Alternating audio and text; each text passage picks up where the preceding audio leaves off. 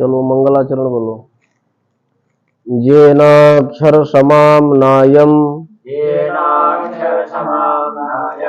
अधिगम्य महेश्वरात् कृत्स्नं व्याकरणं प्रोक्तम् तस्मै पाणिनये नमः। नृत्तावसाने नटराजराजो ननाद ढक्कां नवपञ्चवारम् उद्धर्तु कामः सनकादिसिद्धान् एतद्विमर्शे शिवसूत्रजालम्। आपः पृथिव्यां परमं पवित्रम् अपां पवित्रं परमं च मन्त्राः तेषां हि सामर्ग्यजुषां पवित्रम् महर्षयो व्याकरणं निराहुः। अंगीकृतं कोटिमितं च शास्त्रम् नांगीकृतं व्याकरणं च येन न शोभते तस्य मुखारविन्दम् सिन्दूरबिन्दुर्विधवा ललाटे यस्तु प्रयुङ्क्ते कुशलो विशेषे शब्दानि यथावद् व्यवहार काले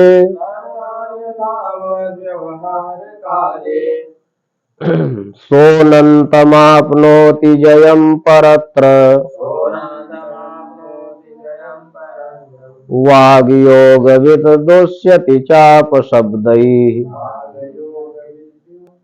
दुष्यति चापशब्दैः वाक्यकारं वररुचिं भाष्यकारं पतञ्जलिम्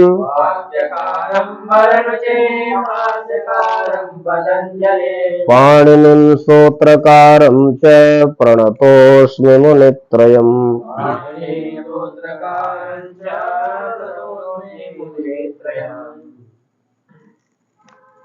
कहाँ से है? वृद्धिरादैच है ना। वृद्धिरादैच वृद्धि संज्ञा करता है। वृद्धिरादैच सूत्र कौन संज्ञा करता है? वृद्धि। और अष्टाध्यायी के प्रथम अध्याय के प्रथम पाद का पहला सूत्र है ये वृद्धिरादैच। यहाँ सूत्र संख्या पड़ी है 111, यानी प्रथम अध्याय के प्रथम पाद का पहला सूत्र। परंतु इस सूत्र पर विमर्श है। विमर्श क्या है? देखो 3 पद वाला सूत्र है ये, वृद्धि आत ऐच। कितने पद हैं? 3। हाँ, त्रिपदम सूत्रम। सभी सूत्रों में पद छांट लेना चाहिए। 3 पदों वाला सूत्र है। और यहाँ आत च ऐत चय, आत च ऐत च तयोः समाहारः नहीं कर सकते। यहाँ द्वंद्व समास नहीं किया गया है महर्षि पाणिनि के द्वारा। नहीं तो जानते हो क्या हो जाता अगर द्वंद्व समास होता, समाहार द्वंद्व होता है अगर, तो सूत्र बनता वृद्धिरादैचम। वृद्धिरादैचम जैसे वाक च त्वक च वाक त्वचम, तो यहां पर समास किया ही नहीं गया है। और इस सूत्र में विमर्श यह है कि वृद्धि क्या है? विधेय है। आगे वृद्धि सूत्र का विधान करेंगे ना। और आत ऐच क्या है? उद्देश्य है। आत और ऐच क्या है? वृद्धिरादैच सूत्र का अर्थ क्या हुआ? आत ऐच च वृद्धि संज्ञा स्यात्। आ माने दीर्घ आ और ऐच माने आई औ की वृद्धि संज्ञा होती है। आ अय आओ की वृद्धि संज्ञा होती है। यानी जहां भी दीर्घ आ अय आओ की मात्रा मिले वहां वृद्धि संधि होती है, क्योंकि वृद्धि संज्ञक वर्ण 3 है, आ अय आओ। अब देखो आ अय आओ ये उद्देश्य है, अब वृद्धि क्या है, विधेय है, और नियम क्या है, न अनुवाद्यम अनुक्त्वैव न विधेयम उदीरयेत्। अनुवाद्य को बिना कहे विधेय नहीं कहना चाहिए। अनुवाद्य माने उद्देश्य, उद्देश्य को बिना कहे विधेय नहीं कहना चाहिए। अर्थात पहले उद्देश्य हो और फिर विधेय हो, परंतु सूत्र में ऐसा नहीं है। यहाँ विधेय पहले है और उद्देश्य बाद में है। अभी इसके पहले एक सूत्र पढ़े थे ना, आदेय गुण, अ ए ओ की गुण संज्ञा होती है, तो देखो वहां ह्रस्व अ ए ओ गुण संज्ञक है ना, और वो विधेय है, उद्देश्य है, उसको पहले कहा गया। लेकिन केवल यही सूत्र एक ऐसा है जिसमें विधेय पहले कह दिया गया, उद्देश्य बाद में कह दिया गया। तो ये सूत्र में दोष है। इसका क्या समाधान है, इसका समाधान भाष्यकार पतंजलि ने महाभाष्य में किया कि यहां वृद्धि शब्द जो है वो मंगल अर्थ का वाचक है। वृद्धि शब्द से मंगलाचरण किया है आचार्य पाणिनि ने, और मांगलिको ही आचार्य ग्रंथारंभे वृद्धि शब्द सिद्धि शब्द वा प्रयुक्ते। जो मांगलिक आचार्य होते हैं वो ग्रंथ के आदि में वृद्धि शब्द लिखते हैं अथवा सिद्ध शब्द। अब वृद्धि शब्द से मंगलाचरण उन्होंने किया है, क्यों, क्योंकि मंगलादीन मंगल मध्यानि मंगलांतानि च शास्त्राणि प्रथन्ते आयुष्मद् वीर पुरुषाणि च भवन्ति अध्येतारस्य सिद्धार्थाः स्युः। जिन ग्रंथों के आदि में, मध्य में और अंत में मंगलाचरण किया रहता है, ऐसे ग्रंथ संसार में बहुत प्रसिद्ध होते हैं, और ऐसे ग्रंथों को बनाने वाले दीर्घजीवी और वीर पुरुष कहलाते हैं, तथा ऐसे ग्रंथों को पढ़ने वालों का प्रयोजन सिद्ध होता है। यथा यात्रायाम दध्यादि पदार्थ दर्शनेन मंगलम द्योत्यते तथैव शास्त्रे वृद्धि शब्देन सिद्धि शब्देन वा मंगलम शस्यते। जैसे यात्रा में कोई दही आदि लेकर के मिल जाए, या कोई दही आदि का भक्षण करके चले यात्रा में तो शुभ होता है, उसी प्रकार शास्त्र में अगर प्रारंभ में वृद्धि शब्द या सिद्ध शब्द आ गया तो वो मंगल अर्थ का वाचक, इसलिए यहां कोई दोष नहीं। अब आगे वृद्धि संधि का विधान करने वाला सूत्र है वृद्धि रेचि। वृद्धि रेचि वृत्ति क्या है, आदेचि परे वृद्धि रेकादेश। उदाहरण क्या है, हाँ गुणापवाद। आदेच परे वृद्धि रेकादेश, यानी अवर्ण से एच परे रहते पूर्व पर के स्थान पर। देखो संधि जो होती है वो पूर्व परयो रेका का अधिकार संधि में चलता है, तो एक आदेश होता है, तो अवर्ण से एच परे रहते पूर्व पर के स्थान पर वृद्धि रूप एक आदेश होता है गुणापवाद। वृद्धि संधि जो है वो गुण का अपवाद है। अपवाद किसको कहते हैं, निरवकाशो विधिरपवाद। निरवकाशो विधिरपवाद, निरवकाशो विधि अपवाद, जिस विधि को अवकाश प्राप्त न हो उसी को अपवाद कहते हैं। अब देखो गुण संधि किसका अपवाद है, गुण का। जहां जहां वृद्धि संधि होगी वहां गुण संधि पहले से प्राप्त रहती है, क्योंकि उसका जो विभाग है वो लंबा है। वो अवर्ण से अच परे रहते, ये अवर्ण से एच परे रहते, तो अवर्ण से अच में तो सब ही आ गए। इसलिए जहां जहां वृद्धि संधि होती है वहां वहां गुण संधि पहले से प्राप्त रहती है, उसको बांध करके सूत्र लगता है वृद्धि रेच। इसलिए वृद्धि संधि का गुण संधि क्या है, अपवाद। आगे उदाहरण क्या है, कृष्णैकत्वम देवैश्वर्यम कृष्णोत्कंठ्यम गंगौघ। ठीक, चारों प्रयोगों को एक साथ समझ सकते हो। विग्रह आना चाहिए मुख्य रूप से। कृष्ण धन एकत्वम, विग्रह क्या होगा? कृष्ण धन, देवधन ऐश्वर्यम, कृष्ण धन औत्कंठ्यम और गंगाधन ओघ, गंगाधन ओघ।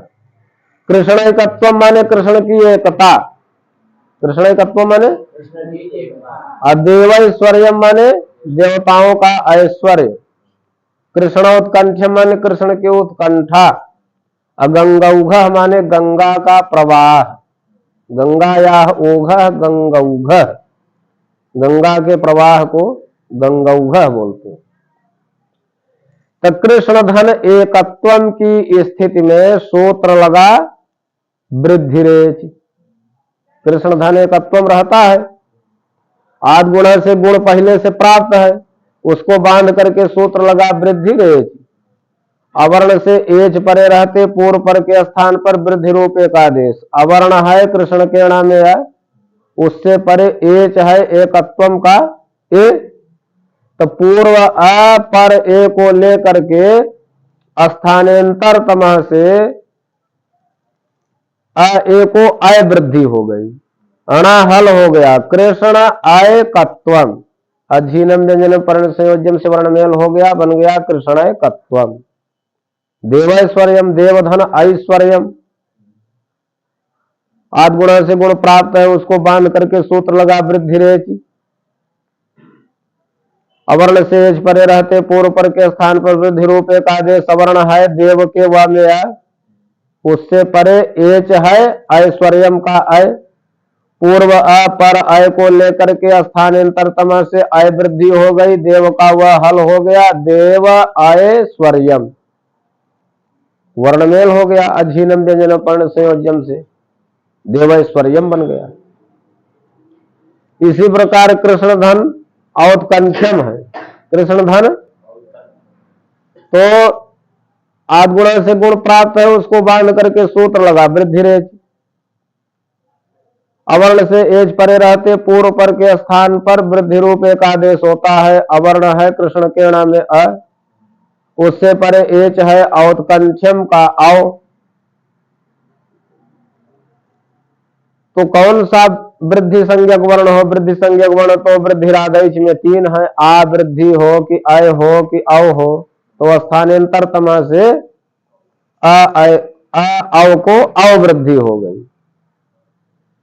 अणाहल हो गया कृष्ण औत्कंठ्यम, अधीनम व्यंजन पर्ण संयोजन से वर्णमेल हो गया कृष्णोत्कंठ्यम।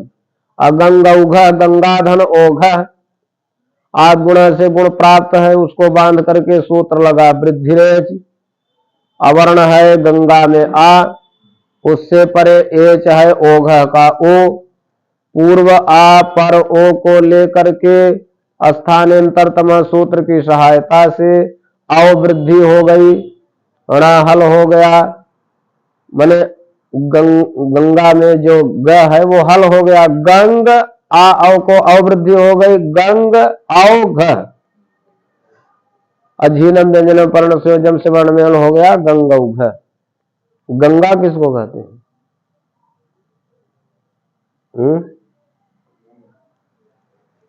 भगीरथ रथ खाता वक्षिन्न जल प्रवाहो गंगा पद वाच्य।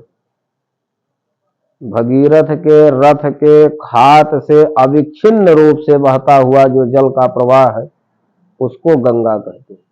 गंगा जी में प्रवाह बहुत होता है, और ये गंगोत्री से जब निकली तो महाराज भगीरथ का रथ है आगे आगे चलता था, और इनके रथ मार्गों का अनुसरण करती हुई गंगा जी आई, इसलिए जल प्रवाहो गंगा पदवाच्य है। जल के प्रवाह को गंगा कहते हैं। जितना प्रवाह गंगा जल में होता है उतना किसी नदी के जल में नहीं होता, इसीलिए इतनी पुरानी है, इतनी सनातन है, फिर भी आज तक नित्य नूतन है। गंगा जी की जिस धारा में स्नान कर लोगे दोबारा वो धारा तुमको नहीं मिलने वाली, कितनी आगे वो धारा चली जाएगी। और इतना प्रवाह रहता है इसीलिए गंगा जल में कीड़े नहीं पड़ते। आगे क्या है,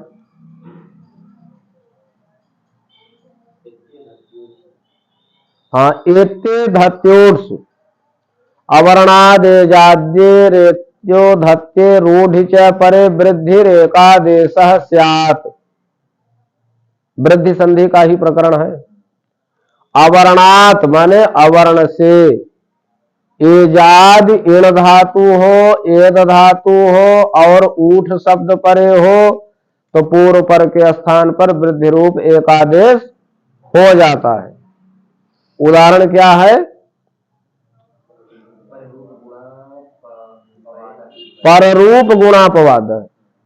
यह पररूप और गुण दोनों का अपवाद है, यानी दोनों विधि यहां प्राप्त रहती है। जहां एते धात्योट सुलगता है वहां पररूप संधि भी प्राप्त रहती है और गुण भी प्राप्त रहती है। दोनों को बांध करके यह सूत्र लगता है एते धात्योट।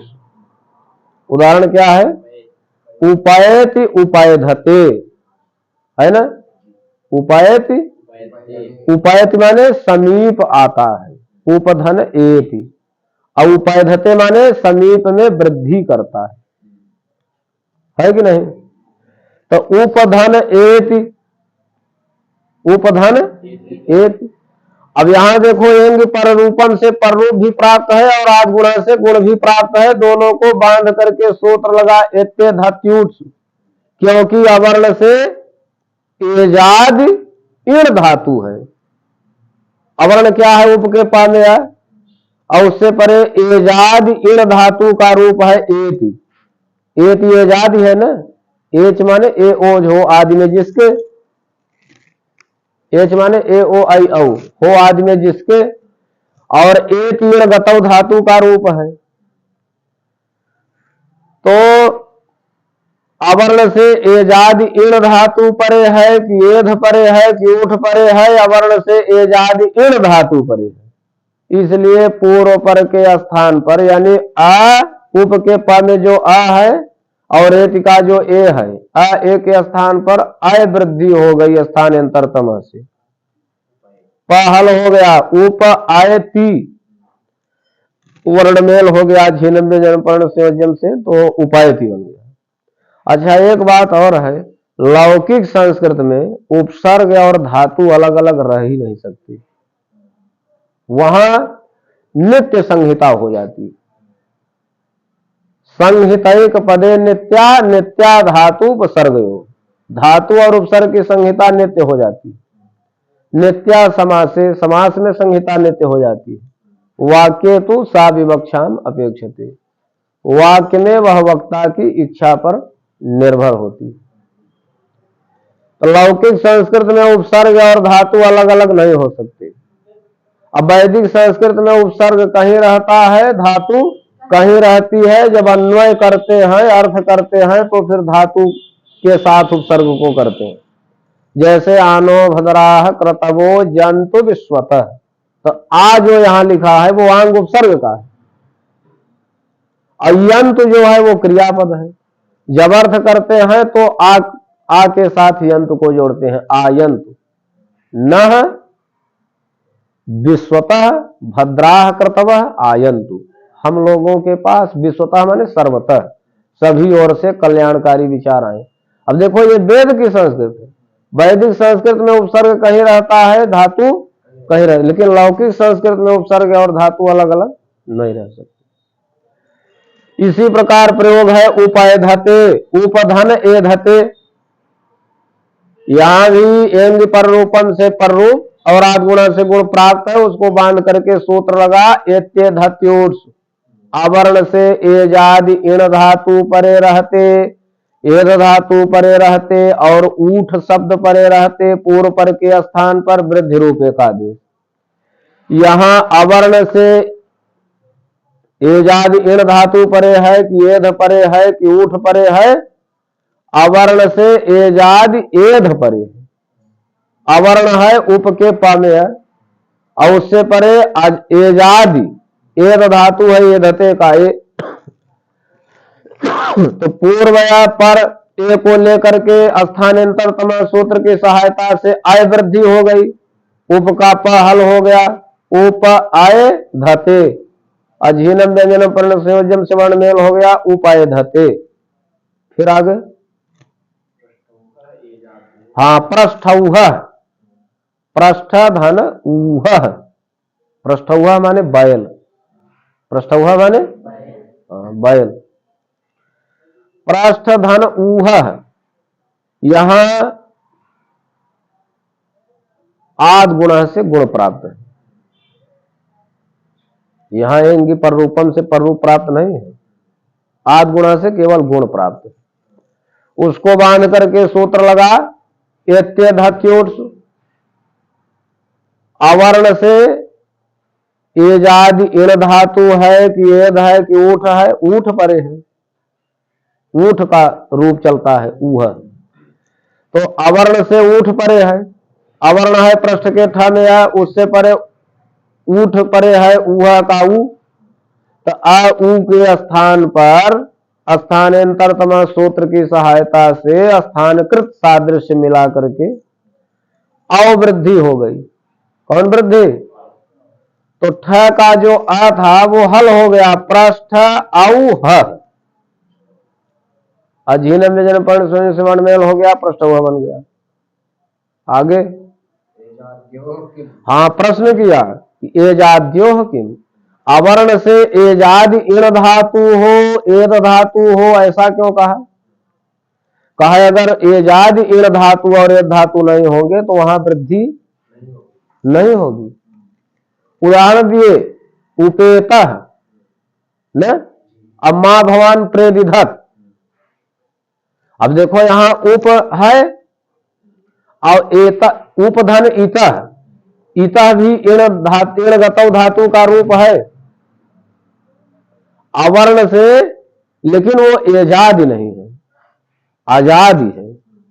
जो इतः है वो अच प्रत्याहार में ई आता है और एज प्रत्याहार में ई आता नहीं, इसलिए अवर्ण तो है और इण धातु का रूप भी है इतः, लेकिन वो एजादि नहीं है, आजादी है।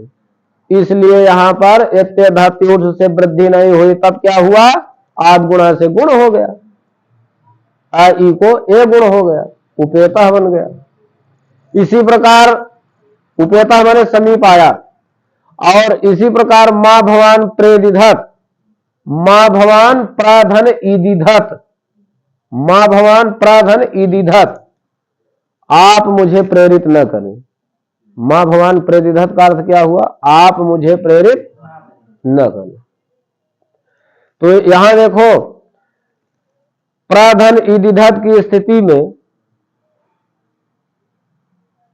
एंग पर रूपम से पर रूप प्राप्त है और आद गुणा से गुण प्राप्त है, उसको बांध करके एत्यधात्यूढ़ की प्रवृत्ति होती है, लेकिन होता वो भी नहीं, क्योंकि यहां अवर्ण से, अवर्ण तो है और एद धातु भी है, लेकिन वो आजादी है, एजादी नहीं है। एद धातु तो है, ईदिधत में एद धातु है, लेकिन वो एजादी नहीं, आजादी है।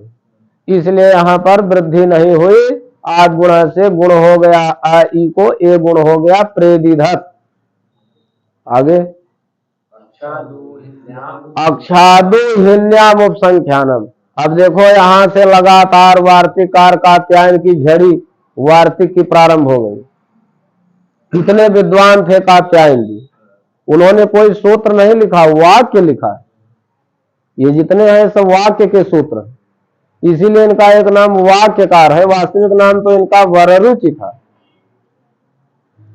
इन्होंने देखा कि भाषा का व्याकरण बनता है, भाषायै व्याकरणम निर्धारितम, भाषा का व्याकरण बनता है, और इन्होंने भाषा में प्रयोग देखा, इनको शब्द मिला क्षौहिणी, और वहां वृद्धि हुई है, इसलिए तुरंत इन्होंने वार्तिक बना दिया अक्षादु हिन्याम उपसंख्यानम।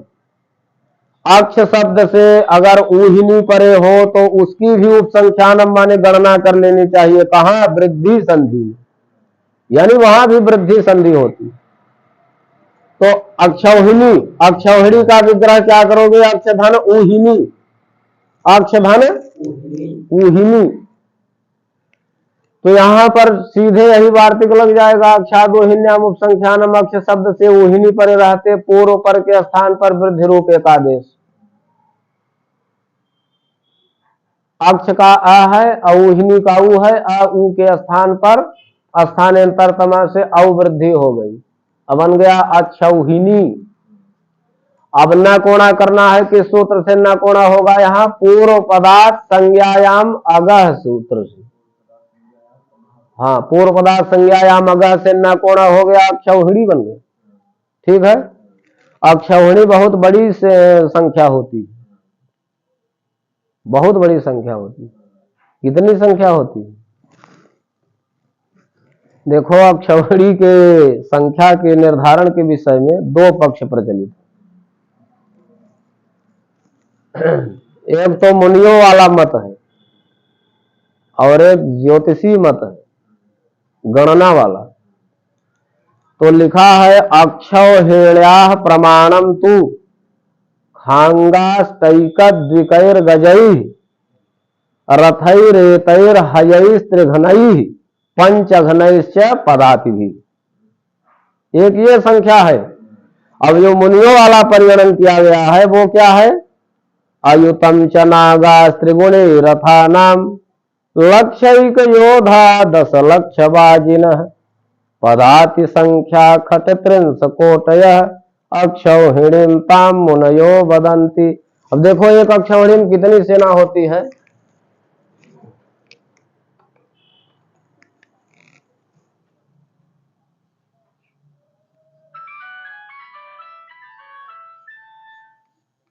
अक्षौहिण्याः प्रमाणम तु, बोलो, अक्षौहिण्याः प्रमाणम तु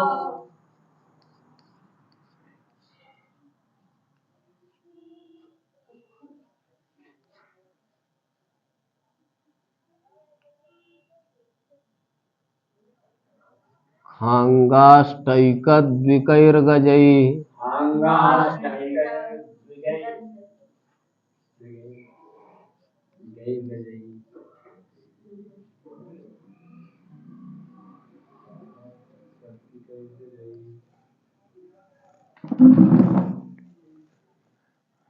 रथैरेतैः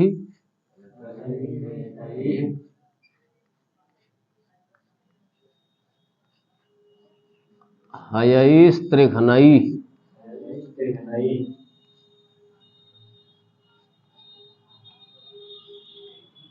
पंचघनैश्च पदातिभिः।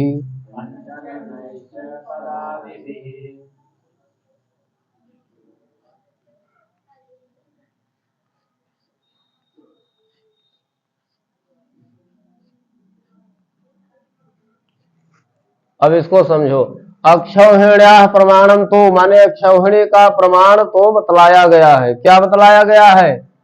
खांगाष्टैकद्विकैर्गजैः। यहां समझना, ख माने आकाश, और आकाश की संख्या, आकाश को शून्य कहते हैं। शून्य। अच्छा, शून्य क्यों कहते हैं आकाश को?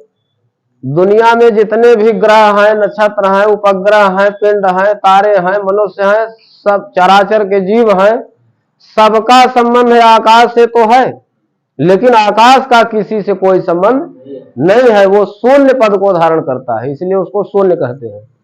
ख माने आकाश, और आकाश की संख्या हो गई शून्य। और अंग, अंग की संख्या कितनी होती है? 7। अंग कितने होते हैं? 7। और अष्ट, अष्ट माने 8, और एक माने 1, अद्वि माने 2, यानी 21,870। ये क्या होते हैं? गज माने हाथी। इतने क्या होते हैं? 21,870 हाथी होता है। रथैः एतैः, इतना ही रथ होता है। 21,870 रथ। और हयईस त्रिखनई, घोड़े कितने होते हैं इसका तिगुना, यानी 21,870 गुणे 3 ना, तो कितना हो गया 0, 7 त्रिक 21, 8 त्रिक 24, 2 26, 3 एकम 3 2 5, 3 दूनी 6, 65,610 ये क्या होते हैं घोड़े, कितने घोड़े होते हैं। और पदातिभी माने पैदल सेना कितनी होती है, पंचघनई, उसका 5 गुना, यानी 21,870 गुणे 5, तो कितना हो गया 0, 7 पचे 35, 8 पंजे 40, 3 43, 5 एकम 5 4 9, और 5 दूनी 10, यानी 1,09,350 ये पैदल सेना होती। अब इसका पूरा योग कर दो, 0, 5 1 6, और 7 13 7 20, 3 2 5 6 11 8 19 8 27, 9 2 11 5 16 1 17 1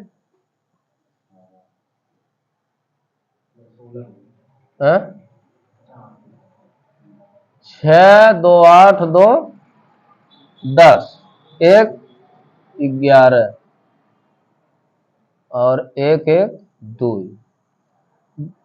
2,18,700 पूरी सेना हुई। ये गणितीय मत है अक्षौहिणी सेना का। और जो मुनियों की गणना है अक्षौहिणी के विषय में, तो वहां लिखा है अयुतम च नागास्त्रिगुणी रथानाम,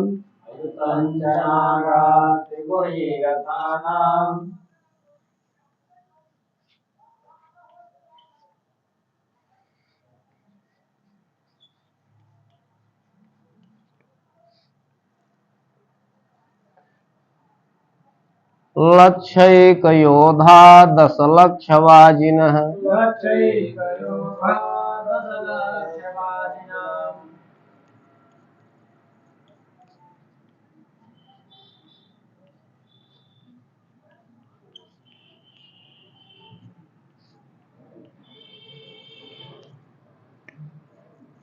पदाति संख्या खट 3 कोटयः, खट, पहले सुना करो ध्यान से फिर बोला करो, खट 3 कोटयः,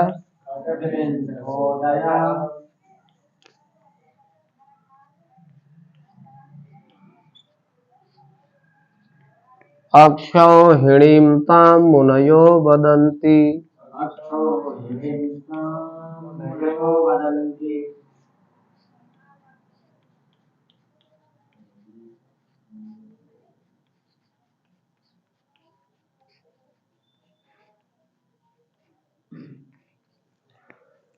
आयुतम च नागा, नाग माने हाथी, नाग माने, और आयुत माने 10,000, आयुत माने 10,000 हाथी। और त्रिगुणी रथानाम, इसका त्रिगुणा माने 30,000, 30,000 रथ, ठीक। लक्षैक योद्धा 1,00,000 योद्धा,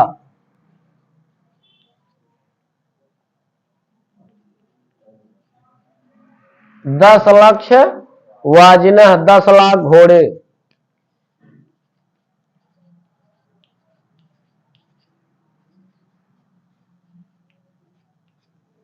और पदाति संख्या खट 3 कोट, माने 36 करोड़ पैदल सेना। कितना 36 करोड़ पैदल सेना। ये अक्षौहिणी का प्रमाण मुनियों के मत से। चलो आगे।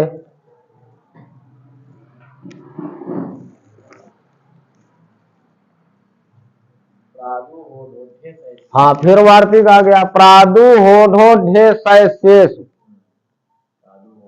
यानी प्र शब्द से,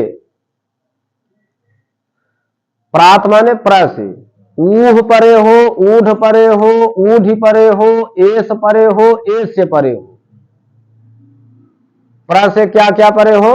ऊह, ऊढ़, ऊढ़ी, एस, एस। तो वहां पर वृद्धि संधि होती। प्रादु होढो ढे शेषु। सूत्र की खूब आवृत्ति करनी चाहिए स्पष्ट उच्चारण के साथ। आवृत्ति खूब पढ़नी चाहिए, प्रयोग खूब देखना चाहिए, किन सूत्रों के मध्य में कितने प्रयोग हैं, क्या है, बिल्कुल स्पष्ट उच्चारण होना चाहिए तुम्हारा। उदाहरण क्या है? प्रौह, प्रौढ़, प्रौढ़ी, प्रैसह, प्रैस्यः, तो स्पष्ट ही है। प्राधन ऊह, प्राधन ऊढ़, प्राधन ऊढ़ी, प्राधन ऐसा, प्राधन एस्य। तो प्रौह, प्रौढ़, अप्रौढ़ी में अवृद्धि हो गई आ ऊ को, प्रैसा प्रैस्या में अवृद्धि हो गई आ और ए को। पूर्व प्रक्रिया है बिल्कुल। आगे। हाँ, फिर वार्तिक आया। रीते च तृतीया समासे। तृतीया समासे माने तृतीया समास में, तृतीया समासे माने आवरण से अगर रित परे हो तो वहां भी पूर्व पर के स्थान पर वृद्धि रूप एकादेश होता है। उदाहरण दिया, सुखेन ऋतः सुखार्तः। सुखेन ऋतः, तो सुखार्तः का विग्रह क्या? अब देखो यहां तृतीया तक पूर्व समास है। सुखेन ऋतः, सुख के बिना। सुखार्तः का अर्थ क्या होगा? देखो, सुखार्तः का अर्थ बता पाना कठिन है। अभी किसी से पूछो सुखार्तः माने, तो बताएंगे कि सुख से आर्त वाले जो दुखी हो। अरे सुख से कौन दुखी है? सुख के लिए दुनिया परेशान है, और दुनिया में सुख है ही नहीं है। संसार और शरीर के माध्यम से सुख मिलने वाला नहीं है। सुख तो तब है जब आत्मस्वरूप और ब्रह्म स्वरूप का चिंतन किया जाए। तो यहां रित का अर्थ क्या है? बिना। सुखेन ऋतः सुखार्तः माने सुख से हीन, सुख के बिना। तो यहां तृतीया तक पूर्व समास है। और रित परे है, अवर्ण से रित परे है। अवर्ण है, विग्रह क्या होगा? सुख धन ऋतः, है ना। अब यहां देखो, आद गुणा से गुण प्राप्त है, उसको बांध करके वार्तिक सूत्र लगा। रीते से तृतीया समास से, क्योंकि अवर्ण से तृतीया समास है और रित शब्द परे है, तो पूर्व या पर री को लेकर के वृद्धि रूप एकादेश कौन हो? क्योंकि वृद्धि संज्ञा गुण तो वृद्धि आदेश में 3 है। आवृद्धि है, अय है, अव है। यहां कौन सी वृद्धि होगी? स्थानांतर तमा से यहां अ और री के स्थान पर आवृद्धि होगी। कौन वृद्धि? और आवृद्धि जब भी होती है वो रपर के रूप में होती है। आ को गुण जब भी होता है वो भी रपर के रूप में। तो गुण तो अर के रूप में और वृद्धि आर के रूप में। सुख आर तः। अब जो रहा है जल तुम्बिका न्याय न रेफस्योर्ध्वगमनम, रेफ का ऊर्ध्वगमन हो गया, वर्णमेल हो गया, झीनम व्यंजन पर्ण संयोजन से, तो क्या बन गया? सुखार्थ। आगे। तृतीय किम परम अर्थः। बोले तृतीया समास हो तभी होता है, ऐसा क्यों कहा? कहा अगर तृतीया के अलावा कोई समास होगा तो नहीं होगा। जैसे परमर्थ, अब यहां देखो कर्मधारय है, परमश्चासौ ऋतः, यहां कर्मधारय है कि नहीं? तृतीया समास नहीं है। परम धन ऋतः, तो अवर्ण है, ऋत परे भी है, लेकिन तृतीया समास नहीं है, इसलिए यहां पर आद गुण से गुण हो गया। कौन सा गुण हुआ?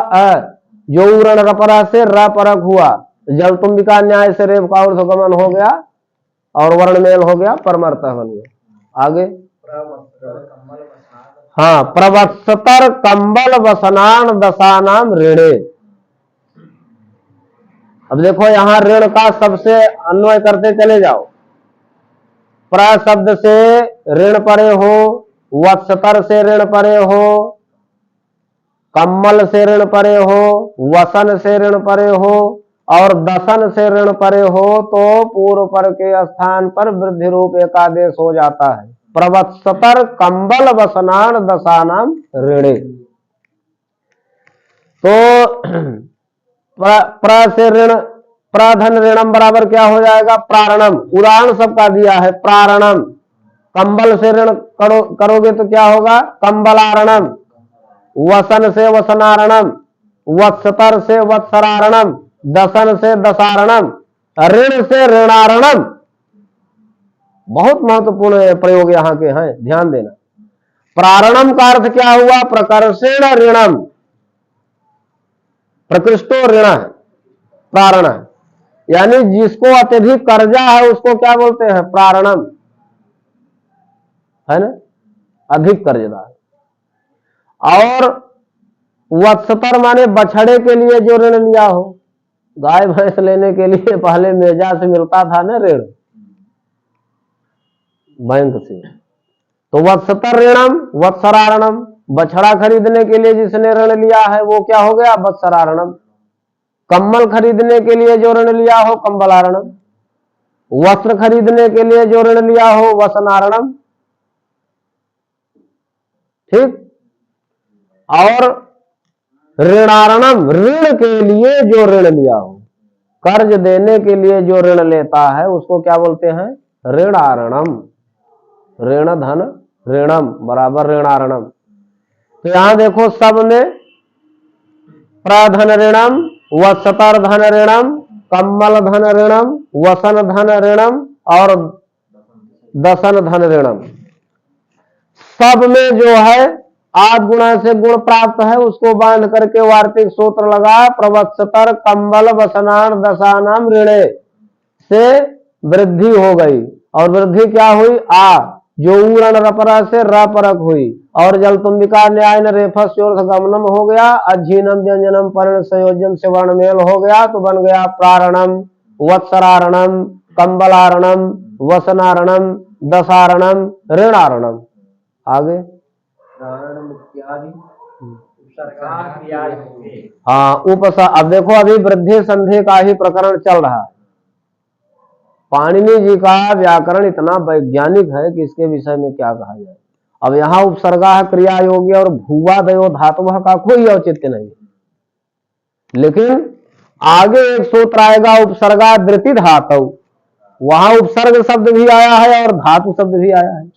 तो अब उपसर्ग क्या है और धातु क्या है, जब ये जानोगे तब तो सूत्र की वृत्ति की प्रवृत्ति होगी, इसलिए यहां बता दिए।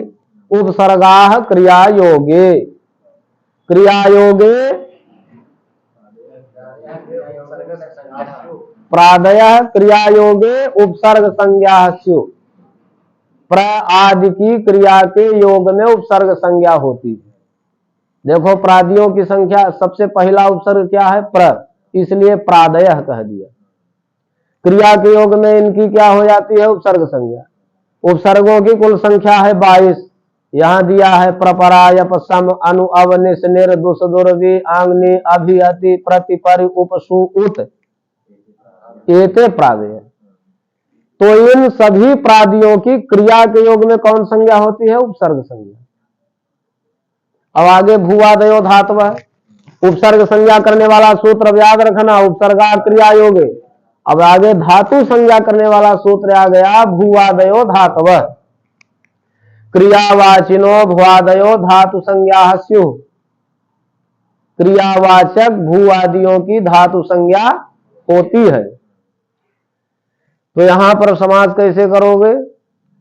भूश्च भूच वाच भूवौ अयादिश्च आदिश्चेति आदि भूवौ आदिर्जे शांते भुवादयः भू प्रभृतयो वा सदृशाः, भू प्रभृतयो वा सदृशा।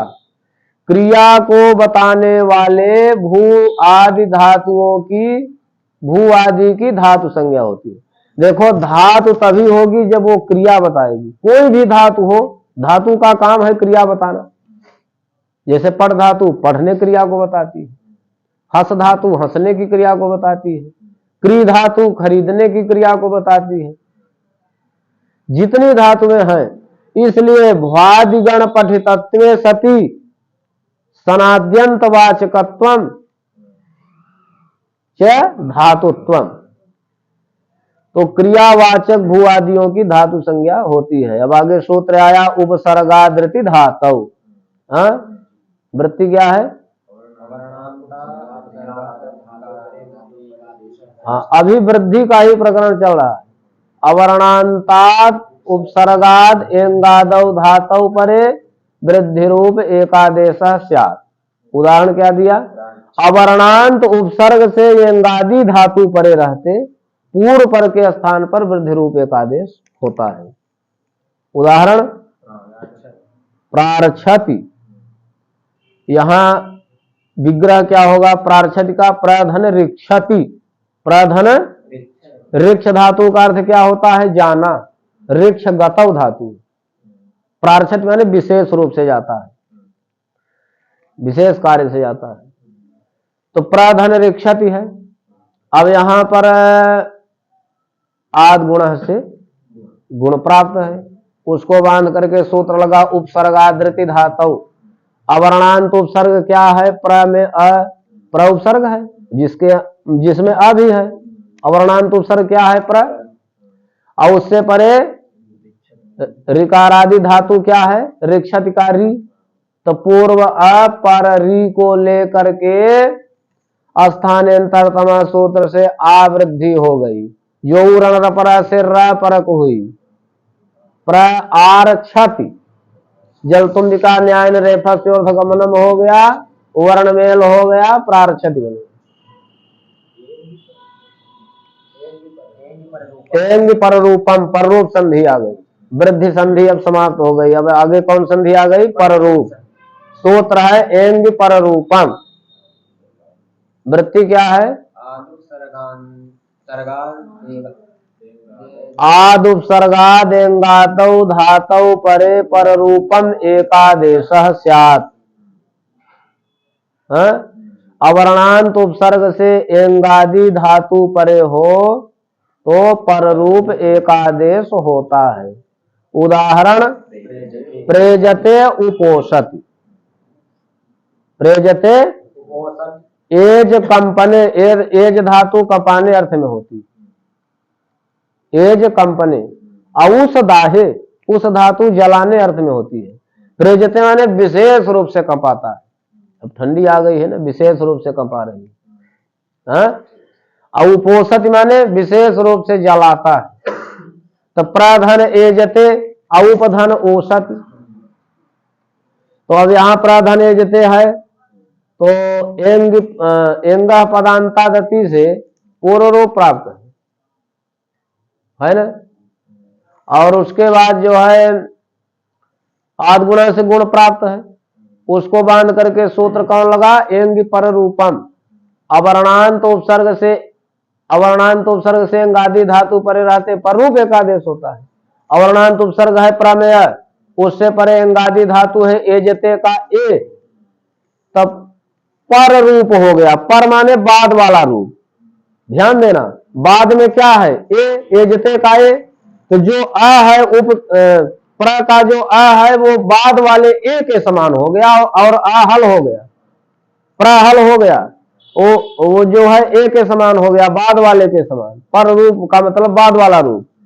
तो प्रधन ए धन जते बन गया, वर्णमेल हो गया, प्रेजते बन गया। इसी प्रकार उपधन औसत आद गुण से गुण प्राप्त है, उसको बांध करके सूत्र लगा एंगी पर रूपम। अवर्ण है उप के प में है, उससे परे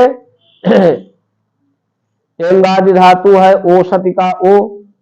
तो पूर्व अ अपर ओ को लेकर के पर रूप हो गया, यानी जो उप के प का अ है वो ओषत के ओ के समान हो गया और वो प का अ हल हो गया।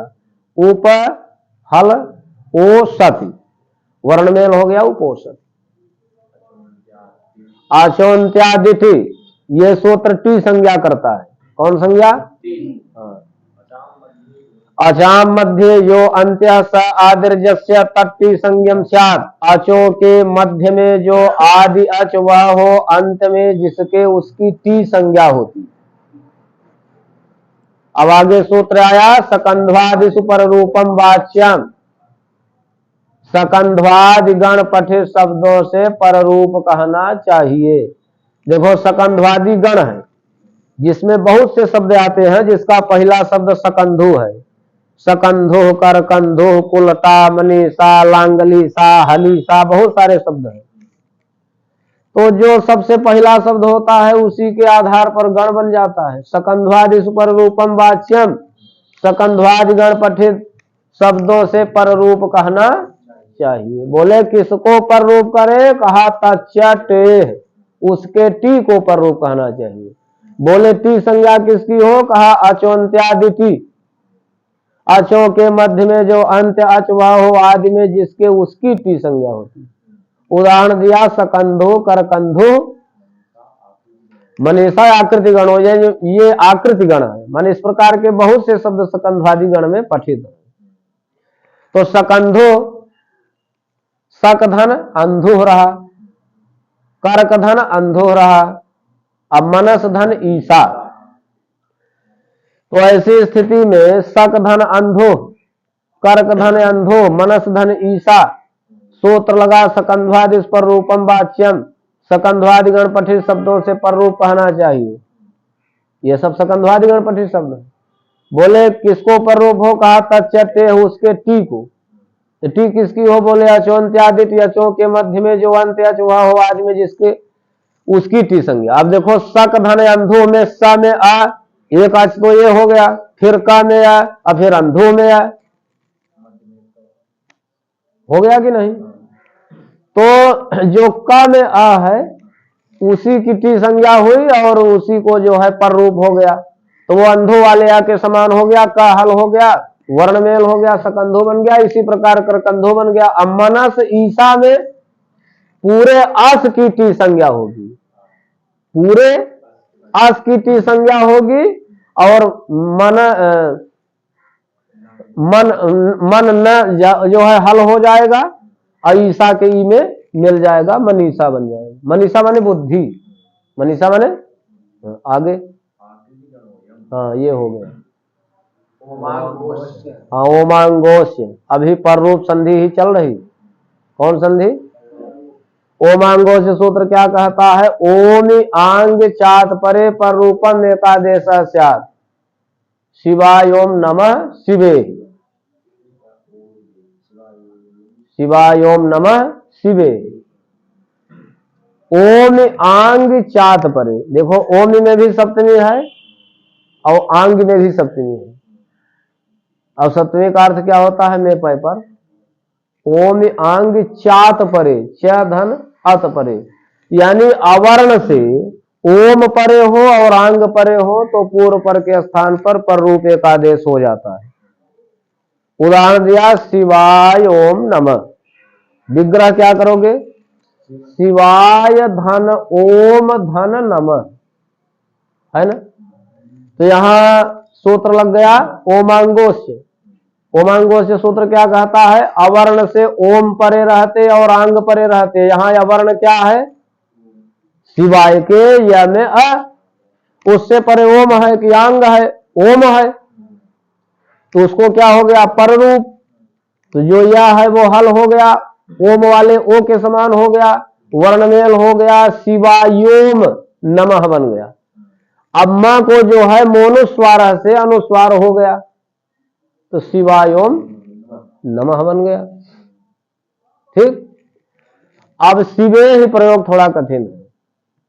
शिवे ही का विग्रह क्या होगा? शिव आंग इहि, शिवयांग इहि। इसको मिटो तो फिर समझाए इसको लिख करके, जल्दी करो।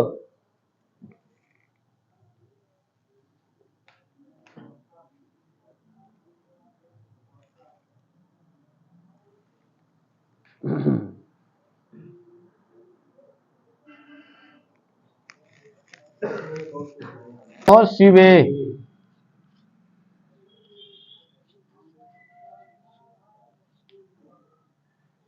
शिव शिव ए ही, शिव ए ही न, हे शिव जी यहां आइए, शिवे। तो शिवे का विग्रह क्या होगा? शिव आंग ई, ये विग्रह ध्यान देना, शिवे का विग्रह शिव आंग ई। आंग में ग का अनुबंध लोप कर दो तो क्या बचा? शिव आ ई। अब यहां पर देखो अ और आ के बीच में अकः सवर्ण दीर्घ से दीर्घ प्राप्त है। अकः सवर्ण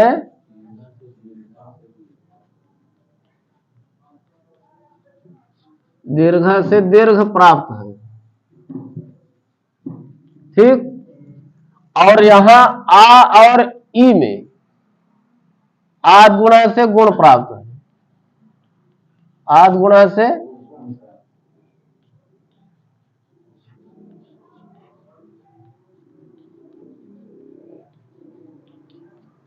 और यहां देखो शिव आंग जब रहता है, शिव आंग, तो यहां पर ओमांगोस्य से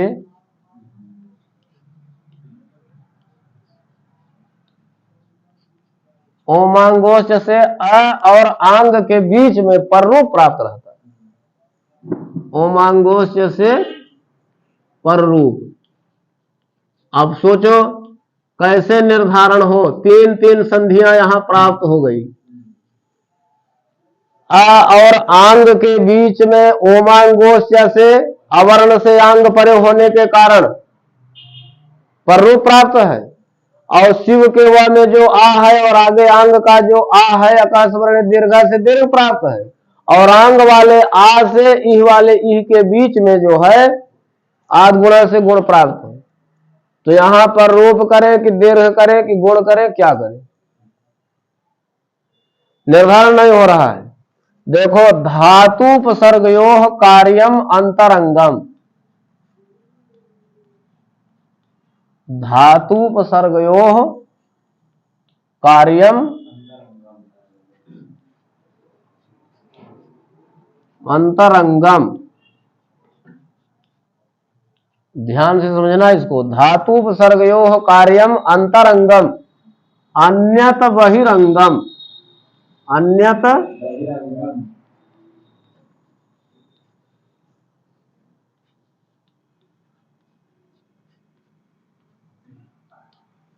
और असिद्धम बहिरंग मंतरंगे, असिद्धम बहिरंग मंतरंगे। मतलब क्या हुआ? धातु और उपसर्ग का कार्य अंतरंग कार्य कहलाता है, अन्य सभी कार्य बहिरंग कार्य कहलाते हैं, और अंतरंग कार्य के होने पर बहिरंग कार्य असिद्ध होता है। तो यहां पर धातु और उपसर्ग का कार्य अंतरंग कार्य है, वही होगा। तो धातु और उपसर्ग का कार्य कौन है? अरे ये धातु है ना, इन धातु का रूप है ना, और ये उपसर्ग है आंग वाला, यानी सबसे पहले आ ई के बीच में संधि होगी। तो आ ई के बीच में यानी आद गुणा से गुण होगा, क्या होगा?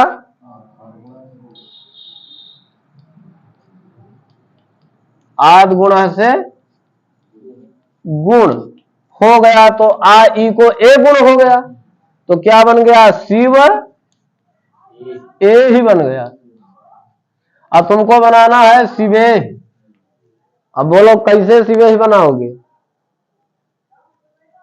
अब तो टेढ़ी खीर हो गई ना, आ है और ए है, तो आ ए को आय वृद्धि हो सकती है वृद्धि रे से, शिवय ही बन सकता है, लेकिन बनाना है शिवे ही। शिवे ही कब बनेगा? जब पररूप होगा। शिवे ही कब बनेगा भाई? ये वाला अ इस ए के समान हो जाए, बाद वाले के समान, तो ये हल हो करके इस वाले मिल जाएगा, सिवही बन जाएगा। लेकिन पररूप अब यहां संभव नहीं है। क्यों?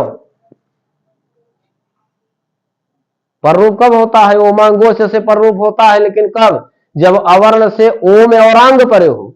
यहां अवर्ण तो है लेकिन न ओम है न आंग है, तो इस ए को अब तुमको आंग बनाना पड़ेगा। क्या बनाना पड़ेगा? तो आंग कौन बनाएगा? एक अतिदेश सूत्र है, अंतादिवच्य। अंतादिवच्य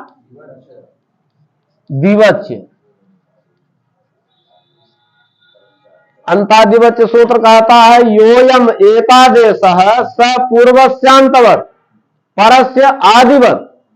जो ये एकादेश हुआ वो यानी आ ई के स्थान पर जो ए हुआ, जो यह एकादेश हुआ वो पूर्व को अंत के समान और पर को आदि के समान जानना।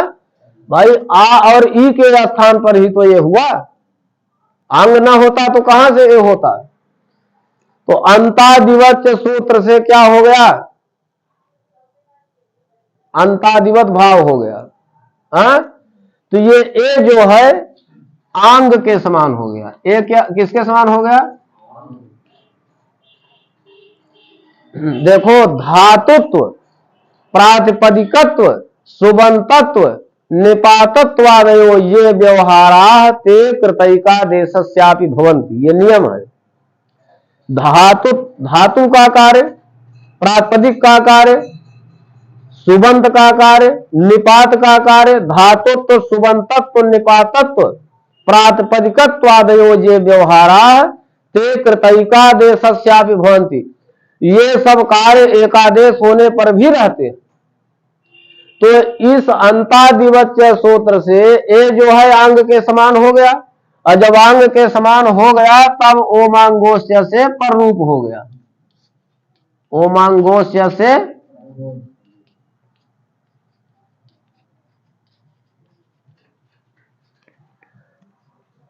तो यहां शिव का वह हल हो गया और ए ही वर्णमेल हो गया तो बन गया शिवे। इस प्रकार शिवे ही बनता है। आगे दीर्घ संधि आ गई। अकः सवर्णे दीर्घ, अकः सवर्णे ची परे पूर्व परयो दीर्घ एकादेश। अक से सवर्णी अच परे रहते पूर्व पर के स्थान पर दीर्घ एकादेश हो जाता है। ठीक, उदाहरण दिया दैत्यारी श्रेष विष्णुदया होत्रीकार। अग क्या है? प्रत्याहार है। अग प्रत्याहार में कितने वर्ण आते हैं? अयुण के आकार से लेकर के रेलरे के ककार, जिसमें 5 अक्षर आते हैं, अ ई उ रेलरे। तो अक से सवर्णी अच परे रहती,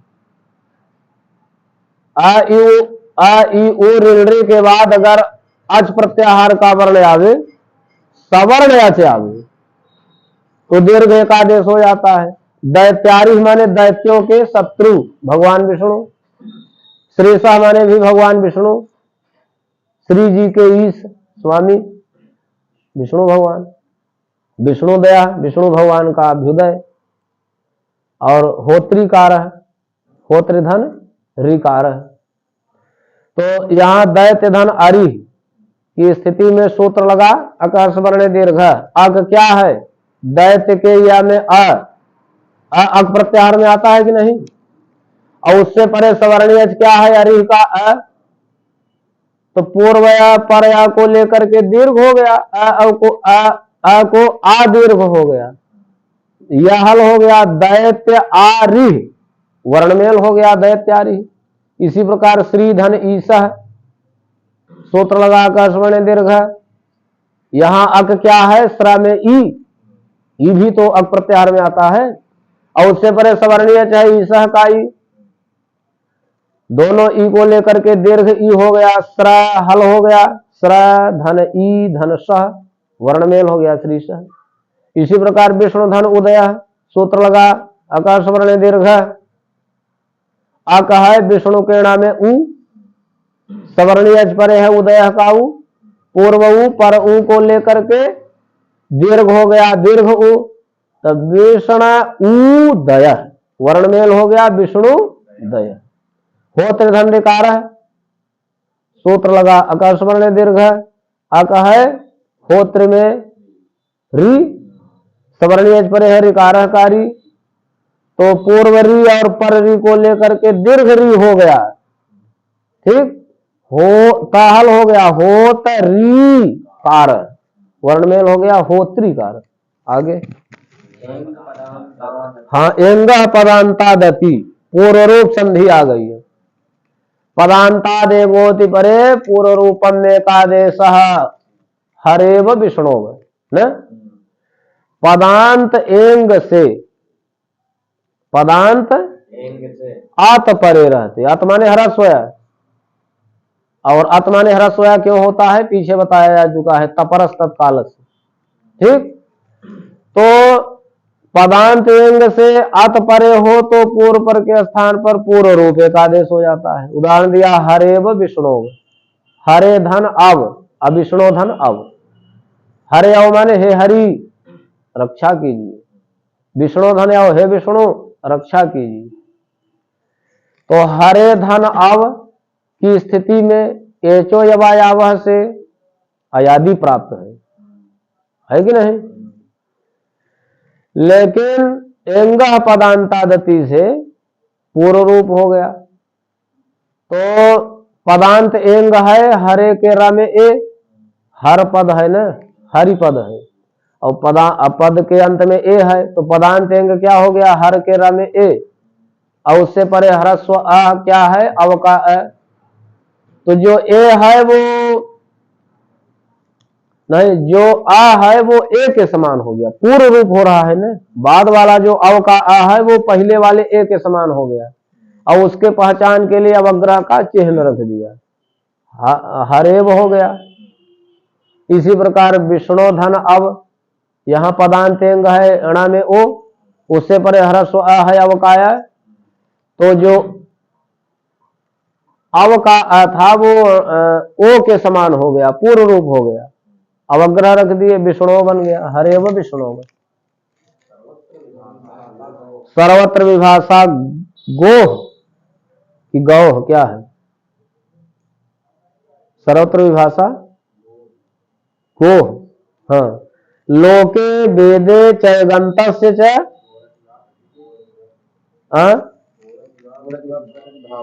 हाँ अब ध्यान देना, यहां से आठवीं संधि संधि के अंतर्गत आठवीं संधि प्रकृति भाव संधि प्रारंभ हो गई। ठीक, लोके वेदे चयगंतस्य गोरति वा प्रकृति भाव पदांते, है ना। लौकिक संस्कृत हो चाहे वैदिक संस्कृत हो, लोके वेदे एगंतस्य, लोके वेदे च, लौकिक संस्कृत में और वैदिक संस्कृत में एगंत गो शब्द से अगर अत परे है तो उसको प्रकृति भाव हो जाता है विकल्प से। देखो संधि में 4 काम होते हैं, ध्यान देना, संधि में कितने काम होते हैं, लोपागमौ विकारस्य प्रकृत्या भवनम तथा ज्ञातव्यो निपुणैरेवं संधि कार्यो सौ चतुर्विध। संधि में कहीं लोप होगा, कहीं आगम होगा, कहीं विकार होगा, कहीं प्रकृति भाव हो जाए। अब प्रकृति भाव संधि आ गई। लौकिक संस्कृत में और वैदिक संस्कृत में एगंत गो शब्द से अत परे रहते प्रकृति भाव हो जाता है विकल्प। उदाहरण क्या है, गो अग्रम गो अग्रम गोग्रम, है ना। अब देखो यहाँ गोधन अग्रम रहता है, गोधन, तो यहाँ ये चोजवायावा से अयादि प्राप्त है कि नहीं। और एंग पदांतादति से पूर्व रूप प्राप्त है, 2 संधियां यहाँ प्राप्त है, अयादि भी प्राप्त है और पूर्व रूप भी प्राप्त है, लेकिन दोनों को बांध करके सूत्र लगा सर्वत्र विभाषा गो। यहाँ एगंत लौकिक संस्कृत का शब्द है गो, और उससे पर्याप्त है अग्रम का या, तो प्रकृति भाव हो गया विकल्प से। जब प्रकृति भाव हो जाएगा तो कोई संधि नहीं होगी, गो अग्रम ही रहेगा, है ना। लेकिन विकल्प से प्रकृति भाव होता है, जब प्रकृति भाव नहीं हुआ तो गो अग्रम रहता ही है। यंगा पदांता गति से पूर्व रूप हो गया गोग्रम। आगे हाँ, एगंत गो शब्द हो तभी होता है, ऐसा क्यों कहा? बोले अगर एगंत गो शब्द नहीं होगा तो वहां प्रकृति भाव नहीं होगा। उदाहरण चित्रग्वग्रम, चित्रग्वग्रम, चित्रगुधन अग्रम, चित्रागौर यस्य। यहां देखो चित्रग में गो शब्द तो है, लेकिन अब आगे अग्रम में आतपरे भी है, लेकिन यहां एगंत नहीं है बल्कि अजंत है। ऊ जो है चित्रगु का जो ऊ है वो जो है अजंत है, एगंत नहीं है, इसलिए यहां पर प्रकृति भाव नहीं हुआ। तो यहां क्या हो गया? इको यण से यण हो गया, ऊ को वह यण हो गया, चित्रग्वग्रम बना। आगे हाँ, पदांत में गो शब्द हो ऐसा क्यों कहा? गो यहाँ पूरा गो ही पदांत है। आगे हाँ, अनेकाल सिद्ध सर्वस्व, अनेकाल हाँ, जो अनेक अल माने वर्ण वाला आदेश हो और सित माने जिसमें स की संज्ञा हो, ऐसे आदेश ने संपूर्ण स्थानीय के स्थान पर अनेकाल से सर्वस्व की वृत्ति क्या दिया? इति प्राप्ते, माने अनेक अक्षर वाला और जिसमें सकार की संज्ञा हो, ऐसा आदेश संपूर्ण स्थानीय के स्थान पर प्राप्त होता है।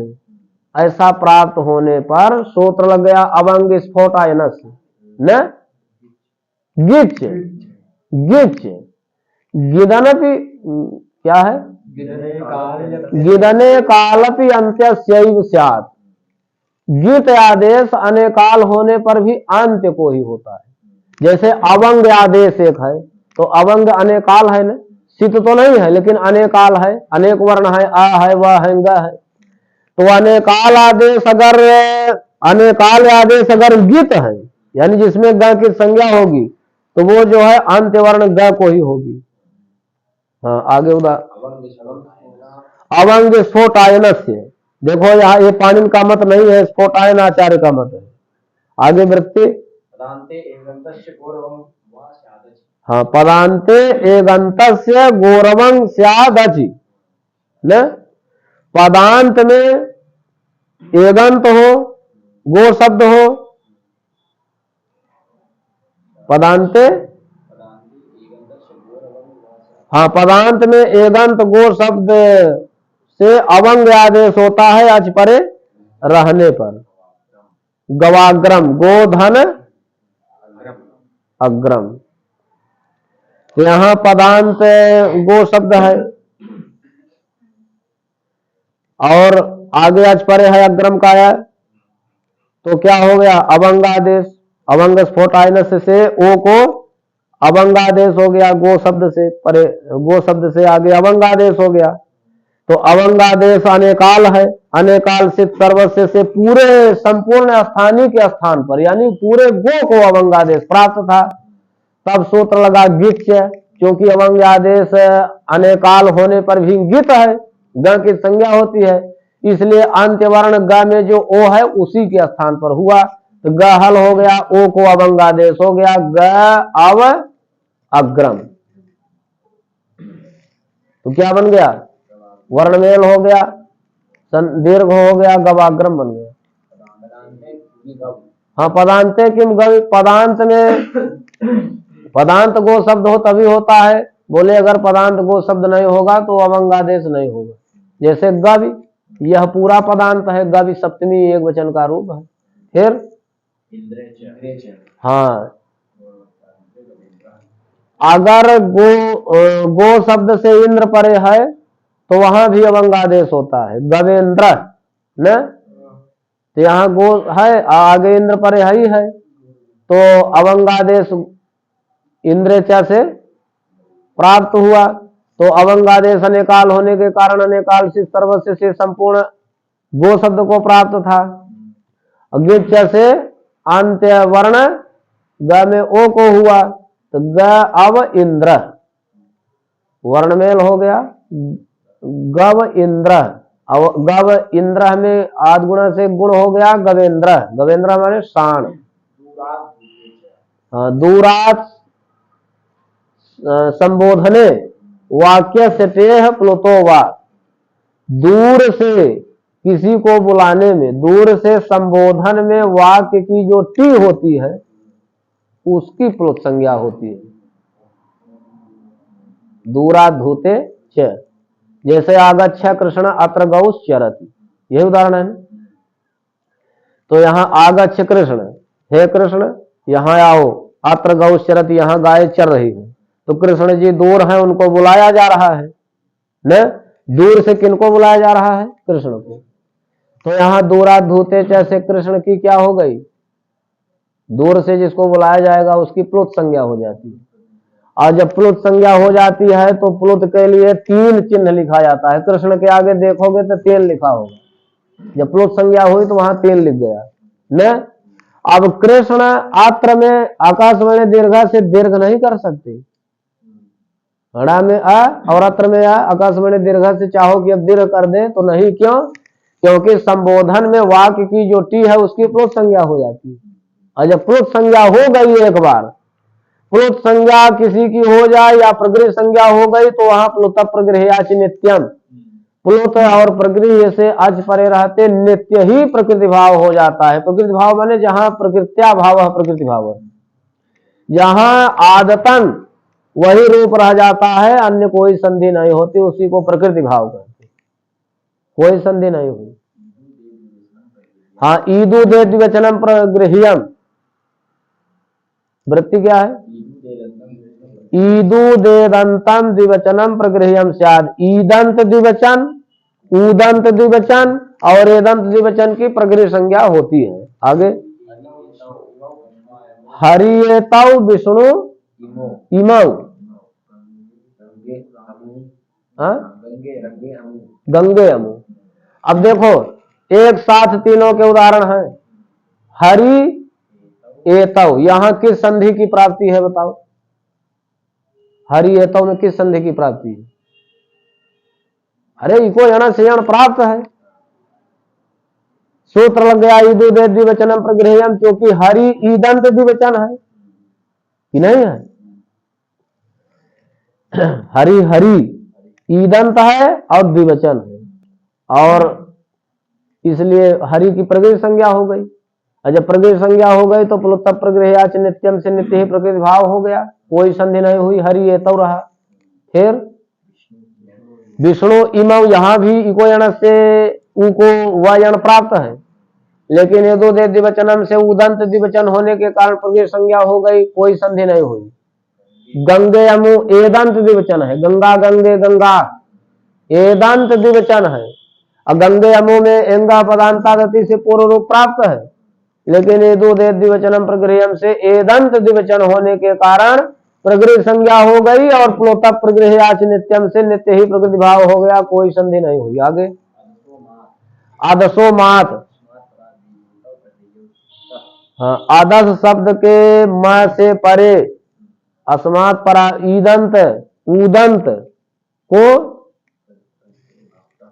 प्रकृति भाव हो जाता है। उदाहरण क्या दिया? अमी ईसा रामकृष्णा बमुआ साते अमुकेत। तो देखो अमी ईसा में है आकाशवाणी दीर्घ से दीर्घ प्राप्त है, लेकिन उसको बांध करके सूत्र लगा अदसो मात। यहाँ अमी अदस शब्द का रूप है, और उससे परे जो है उसके म अदस शब्द के म से परे ईदंत द्विवचन है ना, ईदंत है, तो इसलिए यहां पर अदसो मात से क्या हो गया? प्रकृति भाव हो गया, प्लुत प्रगृह्याच नित्यम से नित्य ही प्रकृति भाव हो गया। इसी प्रकार रामकृष्णा वमु आसाते, रामकृष्ण अमु आसाते, यहां पर जो है उदंत द्विवचन है, अदस शब्द के म से परे उदंत है, तो यहां पर इको यण से यण प्राप्त है, लेकिन अदसो मात ने प्रगृह संज्ञा कर दिया है और प्लुत प्रगृह्याच नित्यम से नित्य ही प्रकृति भाव हो गया। आगे हाँ, म से परे ईदंत उदंत हो ऐसा क्यों, ईदंत उदंत एदंत म से परे हो ऐसा क्यों कहा? कहा या मुकेत्र, यहाँ आदर्श शब्द तो है लेकिन उसके म से परे एदंत नहीं, क से परे, क में ए है ना, म में ए थोड़ी है। तो यहाँ जो है प्रगृह संज्ञा नहीं हुई, न प्रकृति भाव हो गया, बल्कि अंगः पदांता गति से पूर्व रूप हो गया। आगे चादयो सत्वे, चादयो वृत्ति क्या है? अद्रव्यार्थाश्चादयो निपात संज्ञा स्यु, द्रव्य भिन्न च आदि की निपात संज्ञा होती है। लिंग संख्यान्वयत्वम द्रव्यत्वम, जिसमें लिंग न हो संख्या न हो उसी को लिंग संख्या हो तो द्रव्य कहते हैं, जिसमें लिंग भी न हो संख्या भी न हो उसको अद्रव्य कहते हैं। और अद्रव्य अर्थ में च आदि की निपात संज्ञा होती है। प्रादयः एते भी तथा, प्र आदि भी अगर द्रव्य भिन्न अर्थ में है तो इनकी भी निपात संज्ञा हो जाती है। निपात एका जनांग, आंग को छोड़ करके एक अचरूप निपात की प्रकृति संज्ञा हो जाती है। ई इंद्र उ उमेश, अब देखो ई इंद्र में और उ उमेशा में आकाशवाणी दीर्घ से दीर्घ प्राप्त है, लेकिन ई क्या है? द्रव्य भिन्न है। उ क्या है? द्रव्य भिन्न है। ई इंद्र माने अरे ये इंद्र है, उ उमेशा माने अरे ये उमेश है, शिव जी है। ई इति विस्मय, विस्मय अर्थ में ई माने अव्यय होता है, और उ इति वितर्के, वितर्क अर्थ में उ अव्यय होता है। तो यहाँ ये ई और उ चादिगण में पठित है, इसलिए चादेव सत्वे से इनकी निपात संज्ञा हुई, और एक अचरूप निपात हुए, इसलिए निपात एका जनांग से आंग भी नहीं है, आंग को छोड़ करके एक अचरूप निपात की प्रकृति संज्ञा हो गई। अपलोत प्रगृहयाच नित्यम से नित्य प्रकृति भाव हो गया, कोई संधि नहीं हुई। ई इंद्र उ उमेश रहा।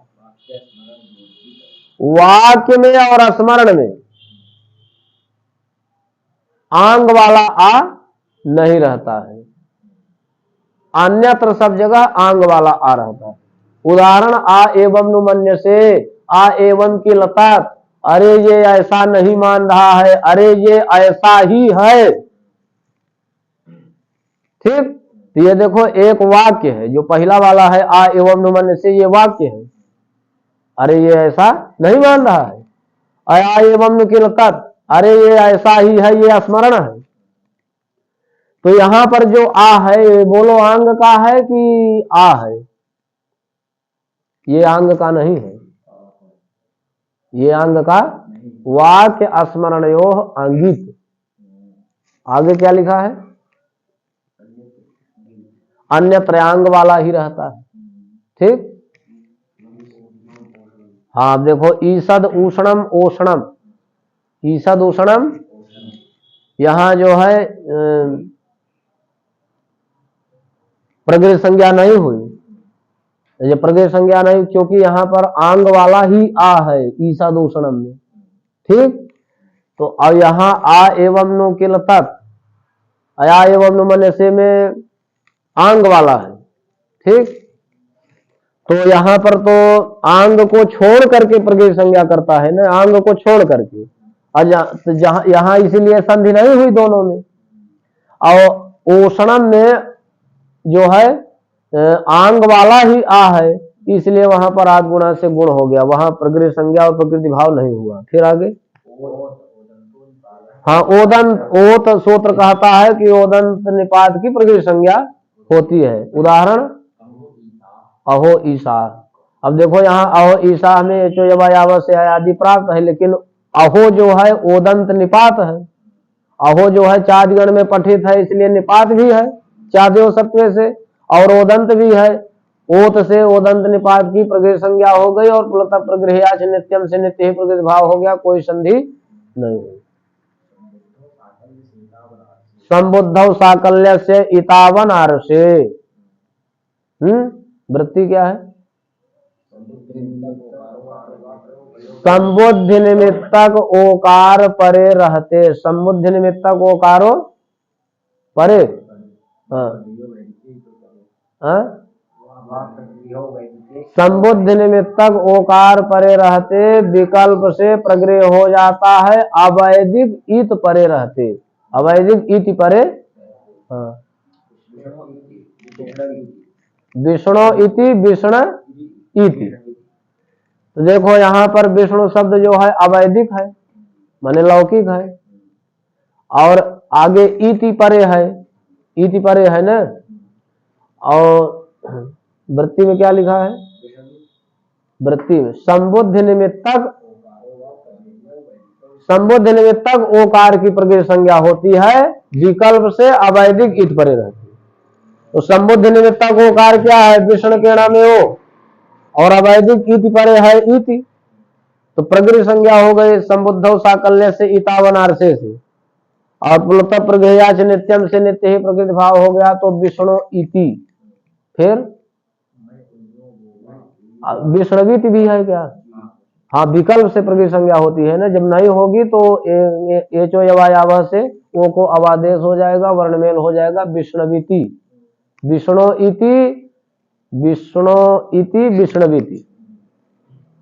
मय उयो वोवा, मयः परस्य उयो वोवा स्यादचि, मय से परे उई को वकार होता है, अच परे किम वुक्तम किम वुक्तम न, तो मय क्या है, किम के मामे है, उससे परे उई क्या है उ, और उससे परे उ क्या है उक्तम का उ, तो उसको वह हो गया, तो किम वुक्तम बन गया, विकल्प से होता है ना, नहीं हुआ तो किम उक्तम।